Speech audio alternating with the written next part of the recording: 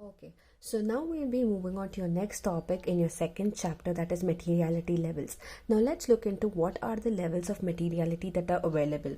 Okay, first is your government-wide level. Okay, there are 3 units in your government-wide level. Next is your fund level. At least 2 are there.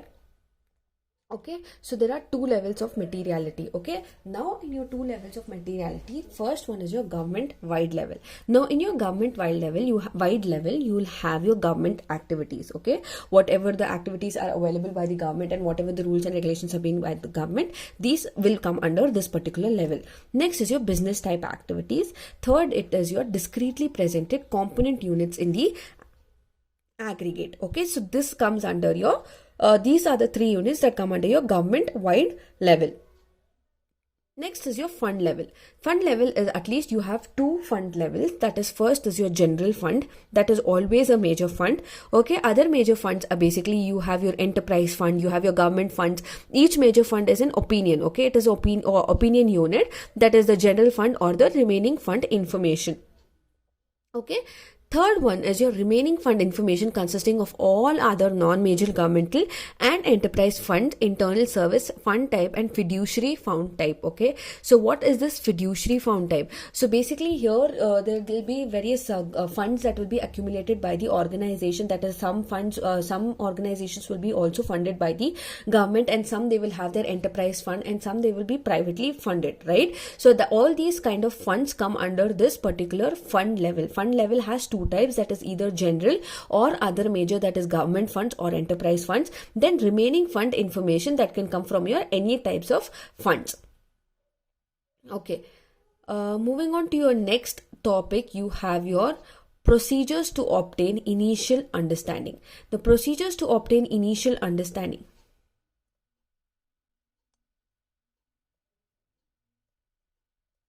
Okay, under this you have your procedures to obtain initial understanding.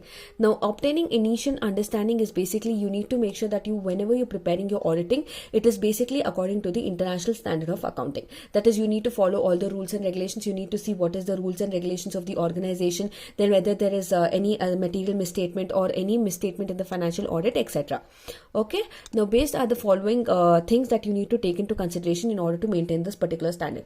First, you have to make sure that you are taking into consideration all your procedures, which helps you in assessing the risk. Okay, then understanding the equity. Okay, understanding what is the firm into, what are the kind of products and services that the firm is dealing into. Okay, and what is the kind of material misstatement that has happened, and how you need to identify and assess all of this material misstatement.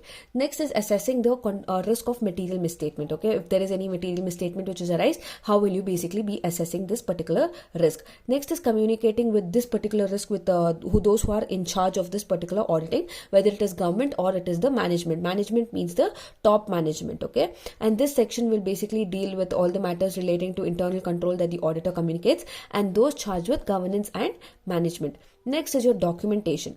Documentation is basically this section established related to documentation requirements. Okay, whatever the documents are, what are the necessary audit documents that have to be prepared, and according to what rules and regulations it has to be prepared, etc. It will be taken into consideration. Next is your analytical procedures and planning. Now, while you're planning your auditing, what are the procedures that you need to follow, and what are the rules and regulations that you need to take into consideration while you are carrying out your planning?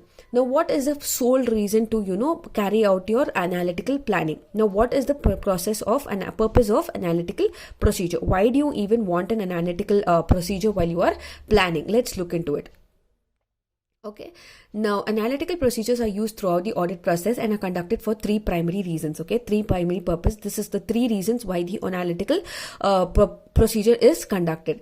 First is preliminary analytical review risk assessment. Firstly is to understand whether there is any risk in the business, and you need to understand the primary understanding of what the business is into. Okay, well, what is their sales, what is the growth, how they're working, okay, who are their customers, etc. Then you need to understand any material misstatement if there is any. Okay, you need to identify what are the audit procedures and how you need to develop the audit strategy and program. Next is your substantive analytical procedures. Substantive analytical Analytical procedure is basically when the auditor wants to consider himself in the analytical procedure, but he feels that whatever the procedure is there, it could be more effective if you are carrying out if you're taking into consideration more details, which will help you in reducing the risk and material misstatements at a very low level, as we looked into at a very less acceptable level. Then final analytical review. Final analytical review is basically the overall review of the financial statements. Okay, whether the auditor's understanding is good enough on the financial statement, whether whatever the financial statements are, whether the auditor is able to understand these financial statements, or if he's able to take into consideration these financial statements and carry out the auditing effectively or not. This is your third requirement. That is why you have to prepare. Now under this you have the following steps, like how you need to analyze, how you need to get your final analytical review. That is, first step is to develop an independent expectation. Okay, developing an independent expectation means what is the objective, then how are you going to carrying out your how are you going to carry out your auditing? Okay, what is the expectation? What are you predicting out of these particular reports? Whether you are able to predict a very successful audit, or whether the auditing will be effective, etc. You need to check all of this. Next is define a significant difference of or threshold. Okay, you need to see, like you need to prevent any biased judgment. Okay, like you can be an internal auditor, but you need to make sure that you're carrying out auditing on a fair and true means. Okay, you should not be biased. You should give a fair judgment, and you should have a substantive analytical procedure. Next is computing difference between the people who have prepared the reports and independent reports also. Okay, you need to compare, and you need to find out the expected value or with the recorded amounts and identify of significant differences. You need to see if there is any difference in the calculation, or any difference in the kind of report they have prepared, or any difference in the procedures, etc. You need to spot out these expected differences at an acceptable threshold. Acceptable threshold means acceptable standards. Like errors can be accepted to a particular standard until these errors are not affecting the organization's working. But in case if they are affecting, then it is known as material misstatement, like we looked into the previous topic. Last step is to investigate significant differences and draw conclusion. In case if there is any differences, or you need to identify these particular differences like material misstatements, etc. You need to see at whether these material misstatements can be accepted or not, and then you should form your opinion. Okay, you should form your opinion and draw conclusions, like what are the changes that need to be made, whether this particular audit report that has been prepared can be accepted or not, and what is the best way that you can make changes in this audit report, etc. This has to be taken into consideration. That will only happen through investigation. Now there were 4 factors that affect the precision of analytical procedure. Now as we looked into the steps, next are your factors. Your factors are disaggregation. Disaggregation means everything is being disaggregated, like greater potential of precision of procedures. Okay, like how, on what basis the auditor's attention can be accepted, whether the analytical procedure should be disaggregated, to what level it should be disaggregated. Okay, disaggregated analytical procedures can be best through looking into the composition of balance based on the time. Okay, you need to see whether whatever records have been maintained, whether it is reliable or not. Okay, whether there is any material misstatement, how relevant is the information that was made available, will be taken into consideration in disaggregation. Next is your data reliability. Data reliability is basically the more reliable the data is, the better the result of auditing will be.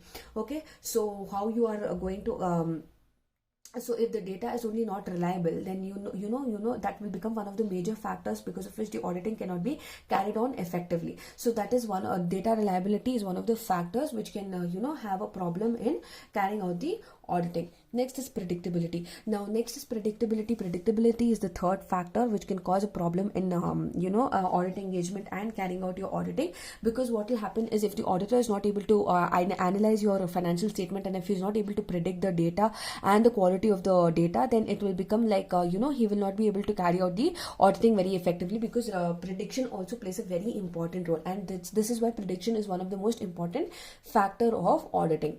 Next is your type of analytical procedures. Type of analytical procedure. See, when you are using a type of analytical procedure in an organization, you should make sure that the procedure is very simple and easy to follow and easy to understand. Okay, it should not be very complicated. It should not be very complicated. It should be simple and easy for everyone to understand, especially for the auditor. So under this, you will have different kinds of analytical procedures which are followed by the organization. It could be your trend analysis, like it takes into consideration it changes in the accounts over time. Then you can have your ratio analysis, wherein you have your benchmarks which are set. Then you compare your statements, you compare your relationship between financial statements and non-financial statements. Next is you also do your reasonableness testing. That is, you check whether how effective the reasoning is. Like you give a particular transaction, right? You give a particular transaction, you see whether what is the reason that has been provided now while recording that particular transaction, whether the reason can be accepted or not. Okay, this happens in this thing. So these were the above factors that can have a impact on the analytical procedure. Now next, analytical procedure are used for the following purposes. Now what are the for what purposes is the analytical procedure used?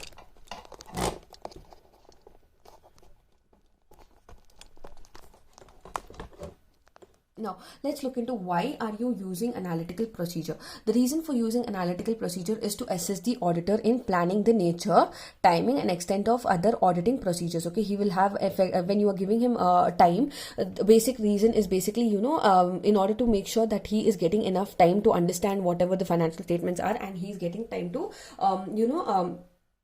plan out his complete audit procedure. That is one of the main reasons. Next is as a substantive test to obtain evidential matter about a particular accession related to account balances or classes of transaction. That is, he will check whether there is accuracy of report and how can he rely on this particular data to carry out his auditing, etc. As an overall review of the financial information in the final review of stage of audit, like how can he give a final review of the financial information, etc. He can also take in this can also be taken into consideration in your audit purpose in the following purposes. Next, moving on to the next topic, you have the next topic as you compute and interpret key ratios used in analytical procedures. Let's look into what are the ratios that are used into analytical procedures. Okay, what are the ratios? So first, ratios, as you know, it is your basic ratios like you would have studied. That is your liquidity ratio, your efficiency ratio, profitability ratio, your solvency ratio. All of these are different kinds of ratios which will be used in your analytical procedures. Now these ratios, they will help you to study your financial statements effectively, and they will help you to analyze whether you are improving or whether your performance is decreasing or deteriorating. Okay, now ratios also have different ratios will be different based on different companies or different kinds of transaction that the organization is following. Okay, now ratios are also compared based on the difference of the company and which sector the company belongs to, and how they are going to what is the level of carrying, how are they going to use this particular ratio in order to calculate their particular financial transaction. So it completely depends on the organization also. So these are the basic ratios that are used in the analytical procedures. So next, moving on to your next topic, you have effect of fraud and misstatements of the audit strategy. Now effects of fraud and misstatements of the audits on the audit strategy. Now what is the effect that the auditing what is the effect that the fraud or misstatement can have on the auditing strategy? We will be discussing this in your next video.